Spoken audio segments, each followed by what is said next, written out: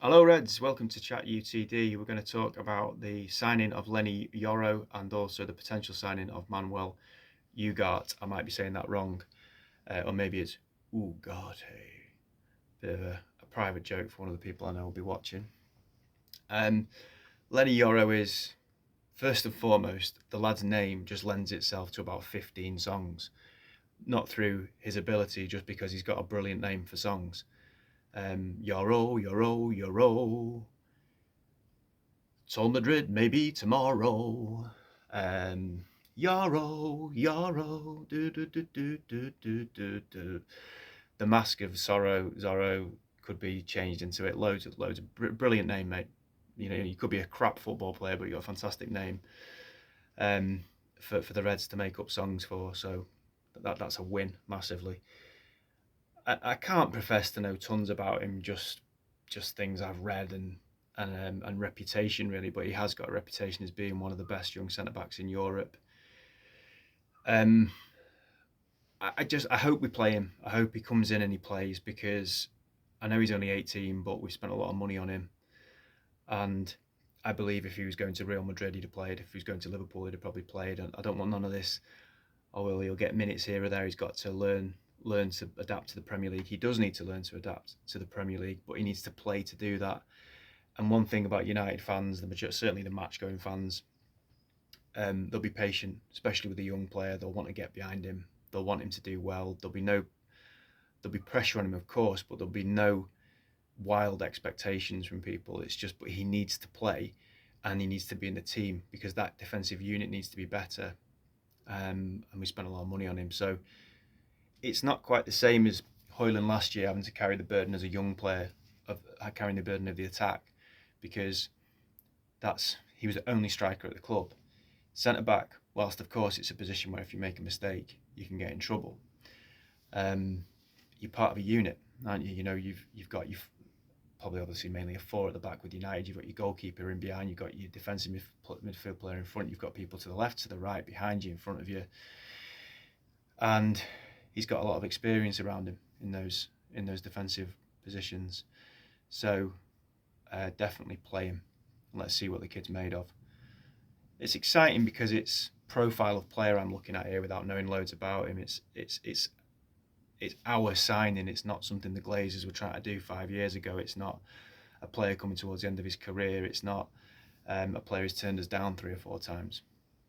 It's a signing that we obviously worked hard on, and could be a little bit of in some respects a statement signing. You know, that we've bought one of the most exciting young defenders in world football. So let's hope so. And then Ugarte from PSG. We haven't signed him yet. We've agreed personal terms. I think they want roughly 70 million euros, so whatever that equates to in pounds. Well, that's what they paid for him, and I think they want something similar. Looking at profile again, he's 23.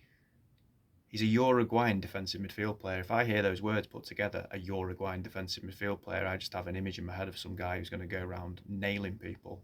Super. You know, I'm not being sarcastic when I say that. I love the thought of that.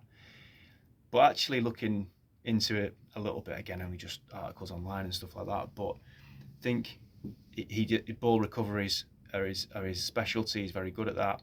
But I think probably a decent player as well. Like, can use the ball, sit at the base of the midfield and dictate things, which sounds good. My concern though is that he lost his place in the team, I think, last season. Luis Enrique doesn't fancy him, and they're almost palming him off on us because they want Neves, who we can't afford. And in that respect, you're like, great. But that brings me to what I was going to say, really, in terms of a bigger picture point. I mentioned many months ago that the Ineos, I don't want to use the word project, you know what I mean, the Ineos thing is going to be in 3 stages. Stage 1 is clear out the shit, which actually I don't think they're going to do this summer, but maybe that's a progressive thing. Clear out the shit and get players on board who you believe fit the criteria of profile of player that we want, and maybe, to be honest, cutting our cloth accordingly as to what we can afford.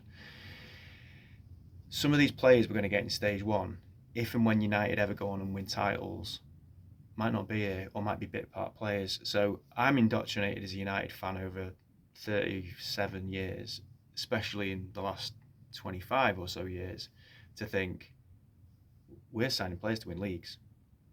We're not. We're not signing players to win leagues. We're not going to win the title anytime soon. So what we're doing now, I believe, is signing players in stage one. And as fans, and I include myself massively in that, we have to adjust our expectations, and we have to, you hear that, but he's not a United player. We're judging it on the past.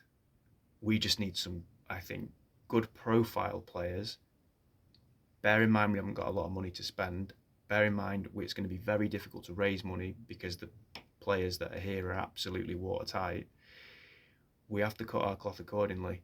So whilst I would love Neves, because PSG want him, there's a lot of other clubs around Europe would want him, and he certainly looks the complete package as it stands right now. It's not realistic. So we go instead for someone like Ugarte, but I think that's stage one. Does concern me a bit that PSG probably don't really want him. And I think looking at the overall picture of the squad, we are a stage one squad. And what stage one, as I say, is that is clearing the decks, bringing some players in who've got a decent profile. Stage two is having an ethos, having a culture, having a way of playing that becomes very recognisable to everybody. You know what to expect. It supersedes the manager, it supersedes players, although they're the ones that you get to obviously deliver that style of play. We're consistently finishing top three. We have an identity. We have trophies that we start to win. Maybe we even have a dalliance with a title race here or there. That's stage two. Probably just a bit lower than where Arsenal are now, really. And then stage three, to be honest, stage three really depends on City. If they get the sanctions coming to them that they should, if they don't, it's going to be very difficult to get to stage three, which is we're consistently competing for titles again. We're winning titles. We're going far into the Champions League, and we're one of the serious clubs in world football again. I don't think with the financial situation that we're in, and with Ineos being the ones moving forward, I don't know if we're ever going to have the financial muscle to do that.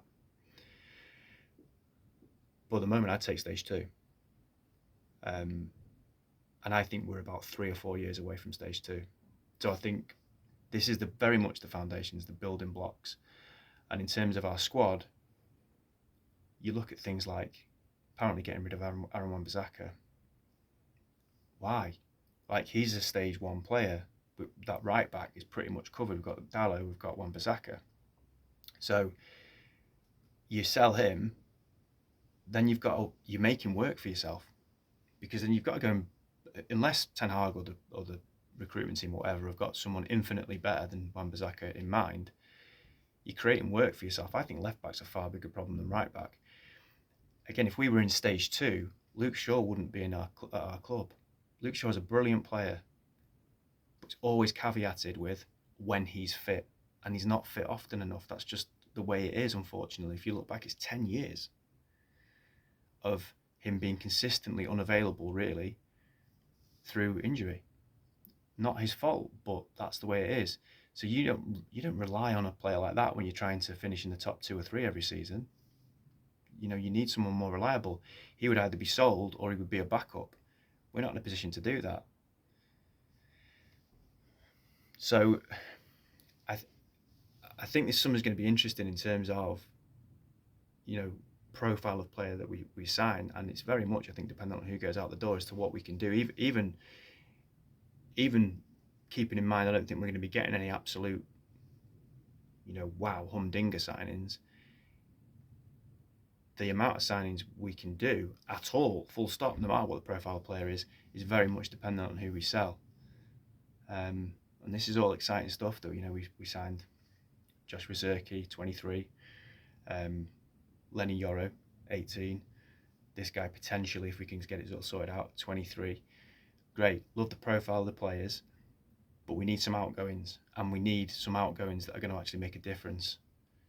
So that's something that we need to get going with, really. And I'm not hearing even any links towards significant players that need to be off the books going. So I think we, at the start of this summer, what I realistically would want, if I had to kind of narrow it down to what I think is realistic, I would say we absolutely need a centre back. But I say we need one to play, not to kind of feel his way into the team. We 100% need a defensive midfield player. I would argue we probably need two, because I think they should get rid of Casemiro, and then we would have two. And we definitely need a striker, and I think we need a left back.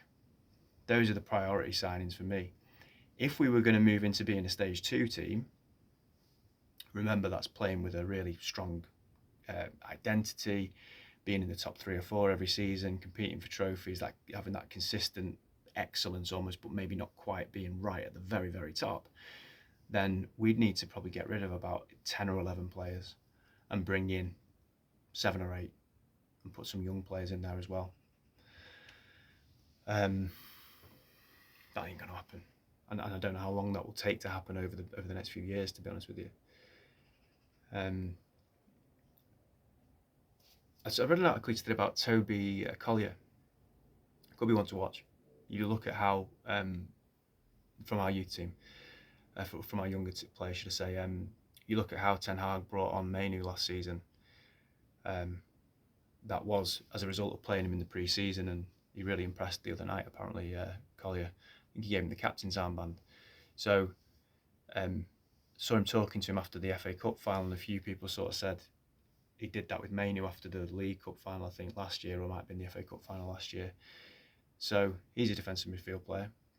And I don't mind that. And no United fans will mind that. You bring your own through. Happy days. There was something else as well, but I've unfortunately forgotten what it was. I need to make notes. Anyway, never mind. Let's see if if that Ugarte deal gets done over the weekend. But as I say, we really need to focus on outgoings as well. And it's going to be an interesting summer in terms of profile players. Up the Reds, Glazers out, Ugarte.